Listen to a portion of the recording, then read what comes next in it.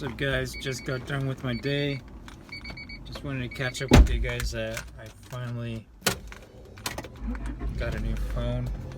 It's the same phone. Let's just put it in one with a new refurbished one, but it seems to work pretty good. So hope you guys enjoy this upcoming video. It was not too bad of a day, but definitely it's still warm a little bit.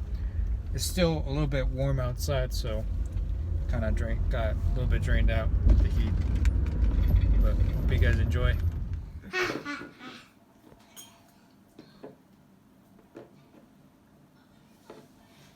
You got a kitty cat? No. A kitty cat or a dog? It's a pig. You got a pig? Say it's Pua. Mom, what's What sound does a pig make? Oink oink.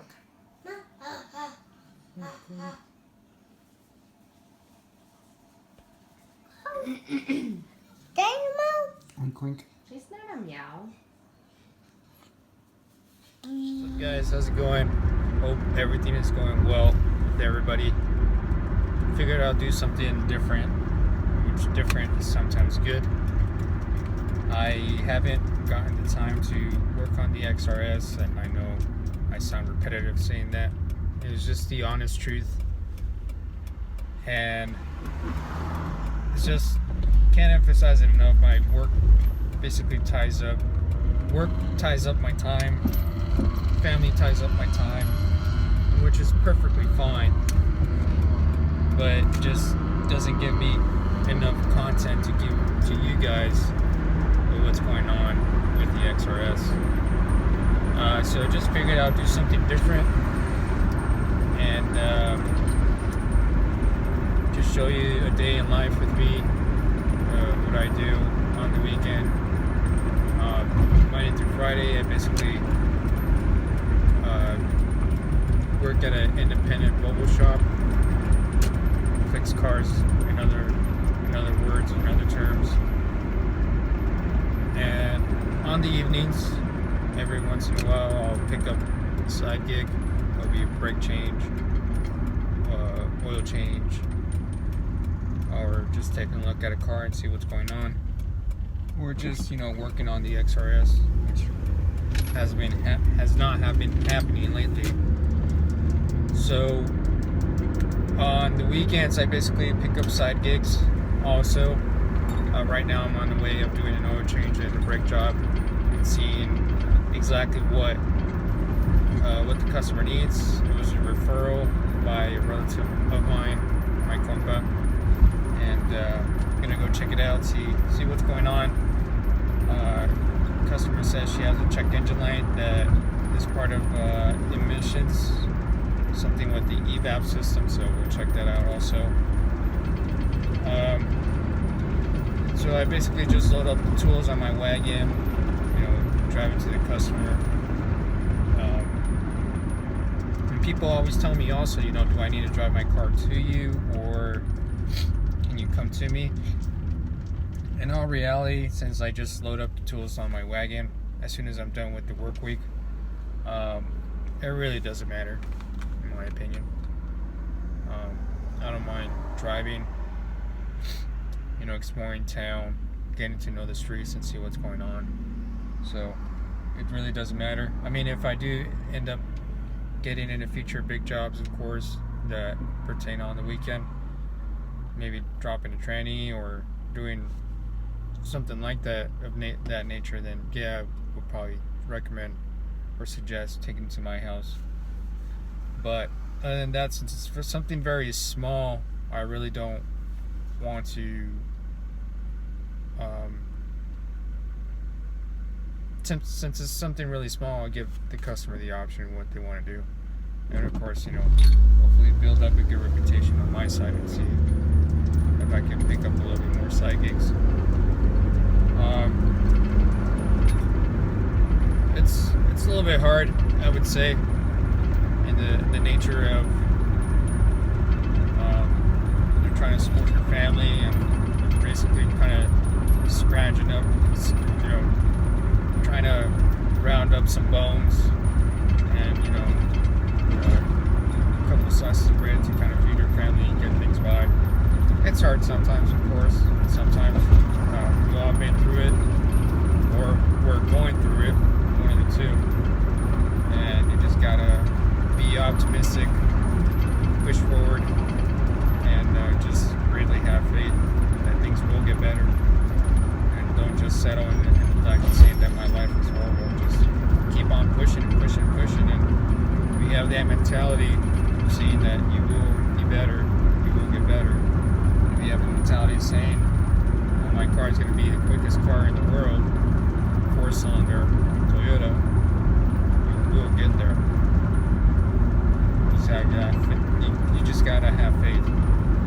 Even though you don't have the people around you that support you in that nature, as long as you yourself have it within yourself that you can do it, then you will do it. But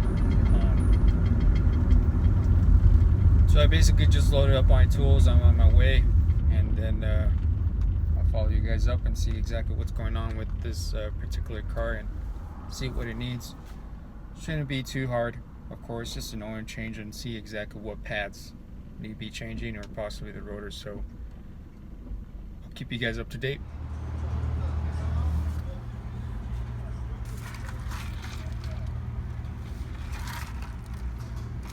There's something about QT drinks that make it so refreshing to drink. I mean, you can go to Circle K.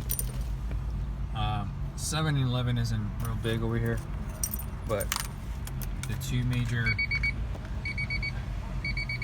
liquor stores, I would say, or gas stations here in town would be QT or Circle K, but hands down, I would say that it's the best refreshing soft in the market, hands down.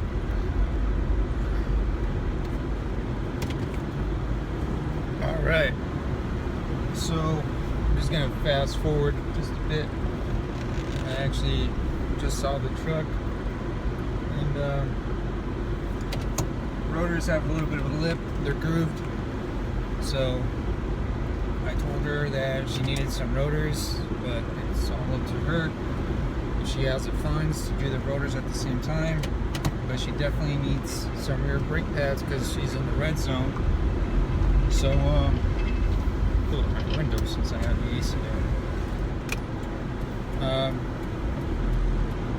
So I'm still a little bit timid doing business as far as transaction numbers, but I think everybody's kind of business shy in a way at first. That's basically what I'm experiencing at the moment, but we all know that rotors cost a lot of money. We're used to seeing rotors. I mean, in my experience, rotors seem to cost a lot, like $50 to $80 type of deal. But fortunately, in her case, it wasn't that bad. Brake pads cost about $55-$60, and then the rotors. Well, long story short, total out the door for rotors and brake pads is close to $140. So, which is not bad at all.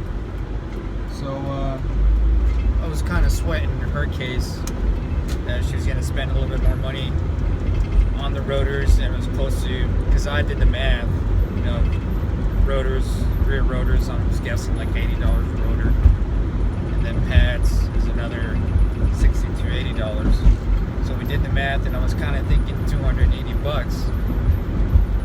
close to $300 for everything, but fortunately it wasn't that bad. It's close to $140, so I'm kind of grateful from her end, knowing that she doesn't have to spend a lot of money for it. So we're gonna go ahead and do that. Do rotors, brake pads, mention an oil change, but she's gonna hold up on that, or maybe she'll end up deciding to do an oil change at the end, but we'll see what happens.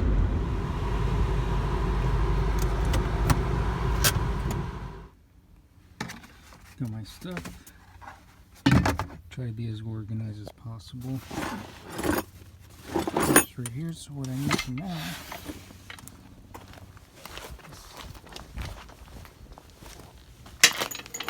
Floor jack. Get that there. Let's see. Get my tools here. Try to find my input. There we go.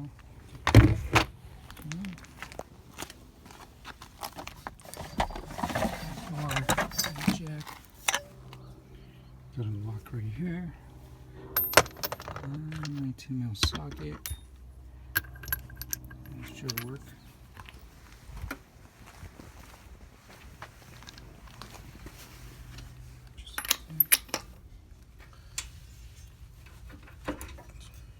Cut that off.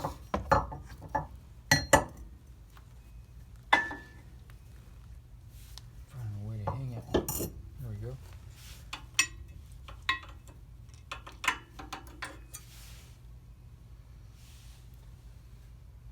It's pretty bad. Almost there.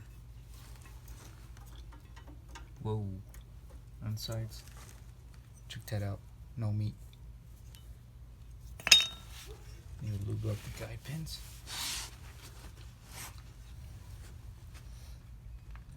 Let's see here. Take off this bracket. Find out what it is. It is a 18.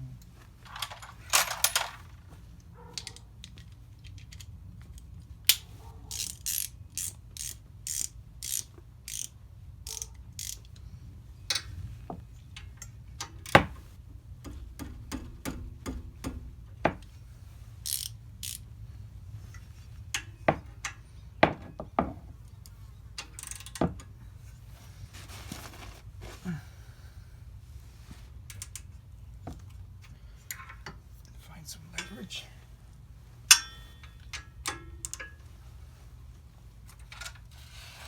This bad boy out of the way.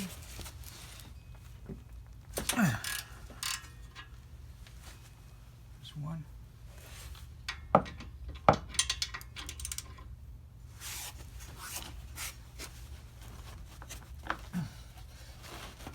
There's two.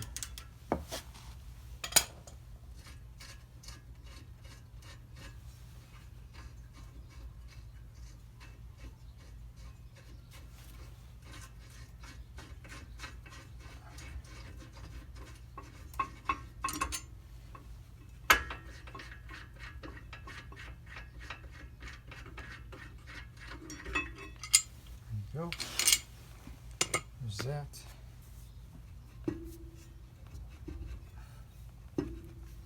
Now,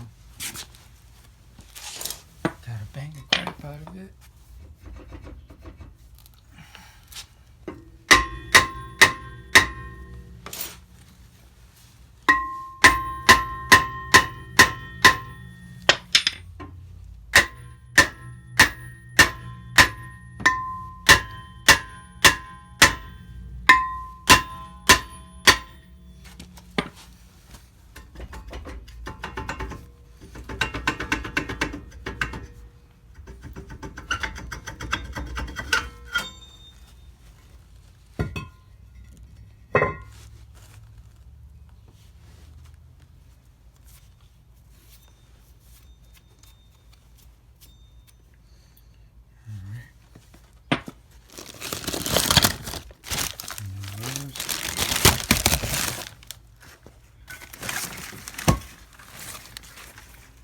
Good looking.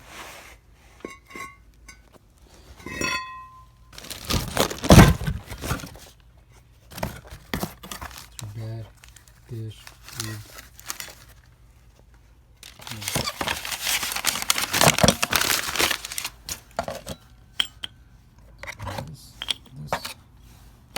This. And this. You can find this on eBay for $10. Just put it on. Just like that. Just rub it around.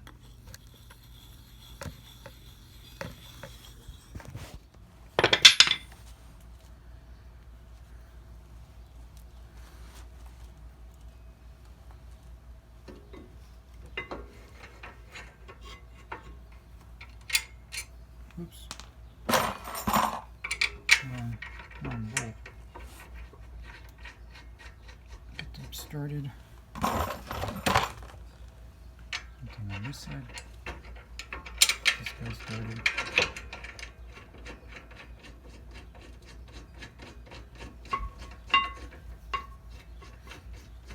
Forgot my electric ratchet at work.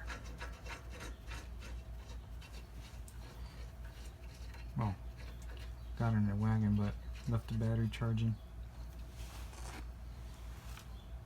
Yeah, it worked. And this guy.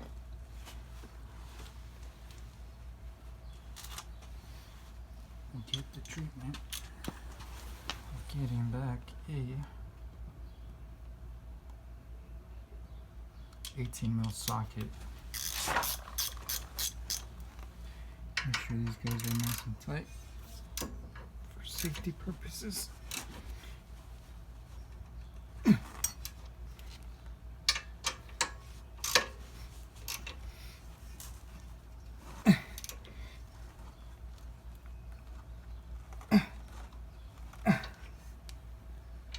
Double check.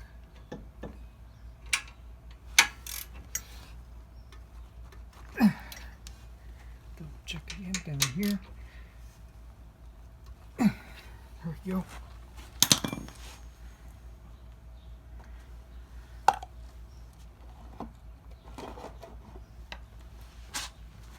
Grease up your contact points.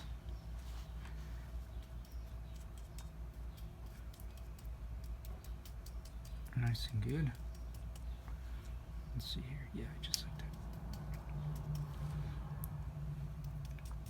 Coat evenly. Don't be shy. Don't overcoat it, of course, because then you'll attract the dirt too much and you'll have some squeaking there. Just make sure your contact points are nice and coated evenly, just like that. Just get it right here.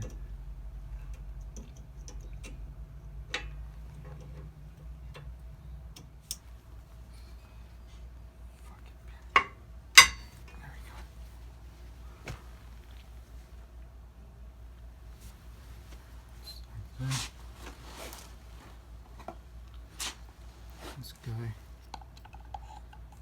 something on the other side, contact points.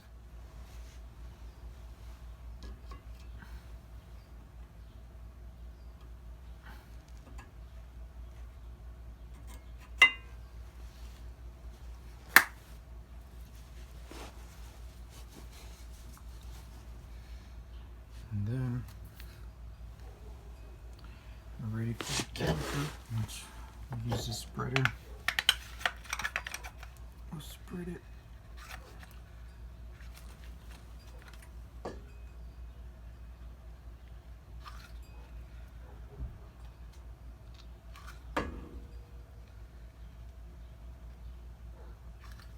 Just like that.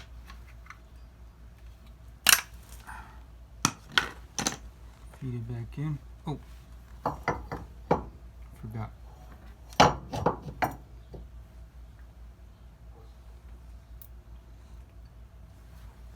Grease up your guide pins again.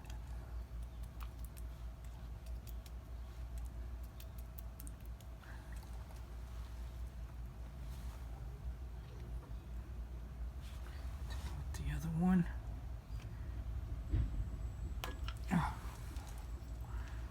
Grease up your guide pin.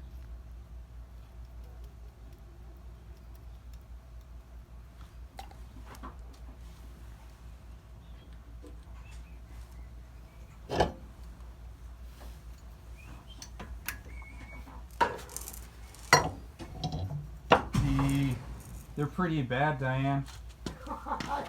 Yeah, good thing that Alicia caught him. Because the outer ones seem like they have some meat left. But It's right here. I don't know where to put it. This is the inside one, though. I mean, you got the gist of what the outside one looks like, but this is a brand new one. This is how much it looks brand new. That's how much meat you have. This is just the what holds the brake pad itself. But this is where you. Wow. Yeah. Yeah. I mean, like you saw from the outside. I mean, I missed. So I would have started tearing it up real quick. Well, obviously, if I was already grooving. Yeah. I mean, Wow. regardless, you were bound to get new rotors, but yeah, you basically had no meat. This is the inside pad. Yeah. But Lisa has a good eye. You caught it. Here's the outside one. So Nothing. Well, you still have a little bit of meat, of course. You know, you see right here. But this one, literally, it has like a hairline to it. You know, and it's funny because you hear squeaking once in a while, Right? and you think, oh, it's that stupid. And, well, like I said, it's been 10 years. Cars will be cars. And, you know, it used to be, when I was your age, that was like my favorite thing to do. I would buy, like I actually had a 70, was it a 70? I think it was. No, it wasn't a 70. It was maybe it was. I had a Datsun, no less. Oh. Datsun pickup. Okay. And that was like, I worked on it, you know. Back then you could actually, a regular person like me, could actually work on it because they had carburetors and, you know. No electronics at all. Exactly. Yeah. You didn't need all this stuff to read everything. Yeah. And then I had what was it, 89 Jeep Wrangler. Okay. And that was like my baby. Yeah. I mean, I had it jacked up. I put the lifts on it. Was it a 4 or 6 cylinder? It was that was a 4. Okay. And after I got it all done and whatever, had the hard top on it, which was a real bitch because, you know, you needed help to take it off. So I never took it off. I had speakers mounted on the wheel wells and the inside. Yeah. You know, everything. And then I sold it. And I had a 89. Was it 89? I'm gonna say it was. I used to buy older vehicles. But back then, you know, I mean, like I told Lisa, I graduated in 82, dude. So, you know, this is like my first new vehicle. Mm-hmm. And you figure that happened in 2009. Otherwise, I would buy older ones and just redo them. Yeah. And, you know, put nice paint jobs on them and da-da-da-da-da-da-da. Yeah, yeah. Did the other side too. Alright guys, so I finally got done with the brakes, just bringing them in, making sure everything's nice and good. One thing I like to mention is that I like to get my filters at the auto parts store, and then I get a good filter. I'm not a big fan of Fram because I've heard some stories about them, but none the case, I like to use and go to Walmart to get this guy, Castro GTX.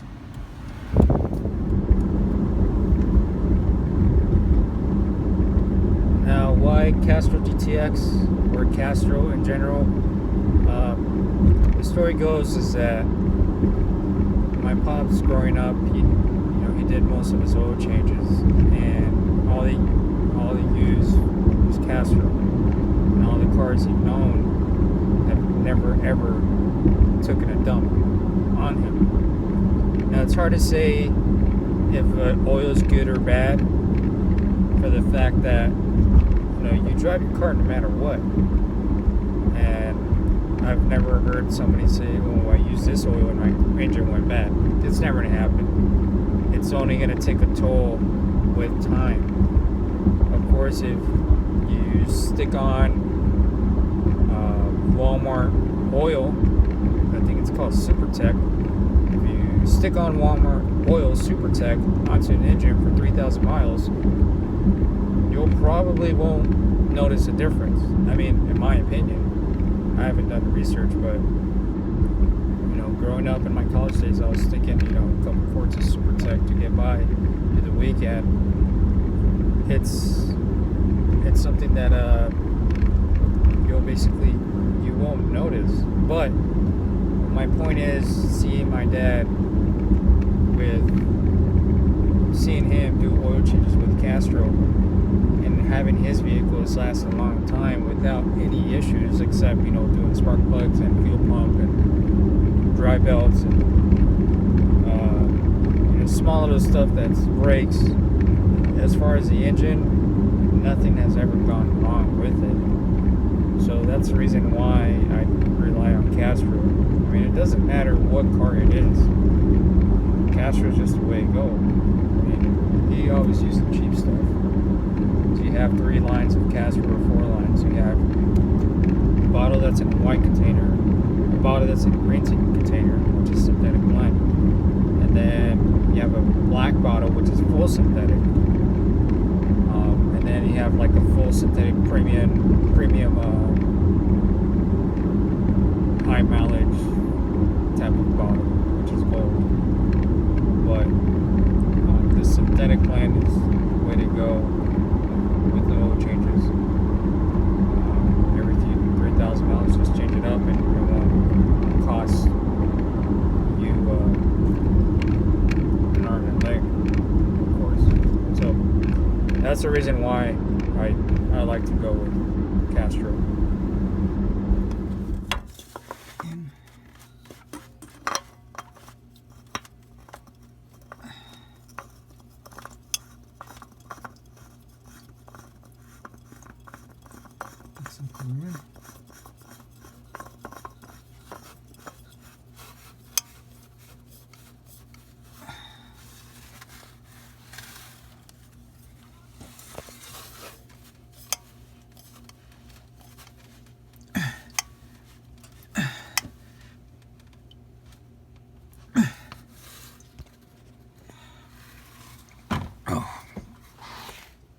For the oil to stop draining.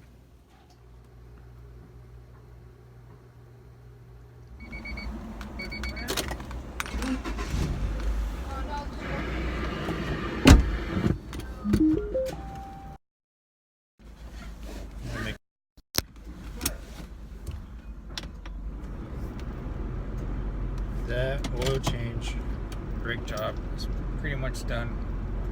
I left the house like at 10:15. Right now it's basically 4:30, so a little bit over half a workday, and it wasn't too bad. Managed to get that oil change within the job. The lady didn't want to do the oil change because I started throwing numbers at her, ballpark areas of how much the part's going to be, and what's threw me off because I decided to go to Murrow's instead of O'Reilly, and they have some pretty good stuff for economically priced, so save her bucks and me a little bit more money, so we all win. So yeah, hope you guys enjoyed the video. That's basically a day in life with me. I can record at work, but work is very, very disciplined in my line of field with these high-tech cars, and everything's all electrical, so I'm really quite particular with our work. My full-time job. I'm not saying that I am not, particularly with my work on the weekend, because I am. But just trying to feed you guys information about what I do. Of course, doing an oil change, brake job without recordings, it's going to take a lot more. It's going to be a lot more quicker, but it's not the case. So I want to feed you guys this information and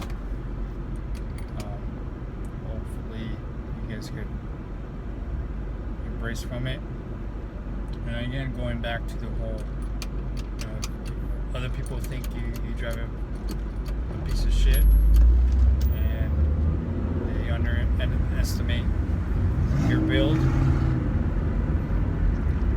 Just be the better person and ignore what they say. Not ignore it, but just basically acknowledge what they have to say, and that's about it. You just can't be arguing with a stupid person, because you can't win a conversation with a stupid person. So do what you gotta do. Get that bread, earn that hustle, and take up opportunities at the moment. Because opportunities won't come to you when you ask for them. Sometimes, very little, they come to you when you plan it, but most of life's opportunities come to you when they least expect it. And once you seize an opportunity, you see an opportunity, grasp it, you gotta have a gut feeling with it. You gotta have your mammal instinct with, at the same time, your brain, and grab it, capture it, and embrace it. Because like I said, we could all think, we could all plan it, but one of life's greatest successes that we all make is through last minute decisions or opportunities. Opportunities is the term I'm looking for. It's all within opportunities. So an opportunity is presented to you. You don't plan it out. You don't ask for it. It comes to you. It's an opportunity. So yeah, that's basically it. We're gonna wrap up this video. Hope you guys enjoyed it. Like I said, my days pretty much are like this, and by the time the day is done, I'm basically beat up or have to take care of stuff at home with the wife and kids, and take care of finances, because building with the hobby that we're in, it's not cheap. It's expensive. I mean, I could simply go to the auto parts store and get myself a gasket for the car, because I took off the timing cover. It's basically wrapped in a garbage bag at the moment, half of the block, so no dust can get into it. But that's basically, I have all the priorities to attend to. It's keeping me held up. It's simple stuff. I mean, it's within myself. I'm chuckling because it's very simple to do. It's just, I'm a little bit beat up at the end of the day. I have to focus on my family, which is really hard because I have to decompress, and so I can have my full attention to them. Sometimes you just can't have that. This is I enjoy doing this with you guys. I'm not sure who's watching because I don't have too many views, but it's very little of you who actually do watch my videos, and hopefully you guys can grab something off of it. Greatly appreciate you guys, and have a good weekend. Saturday. Be safe. Alright guys, take care. Thank you.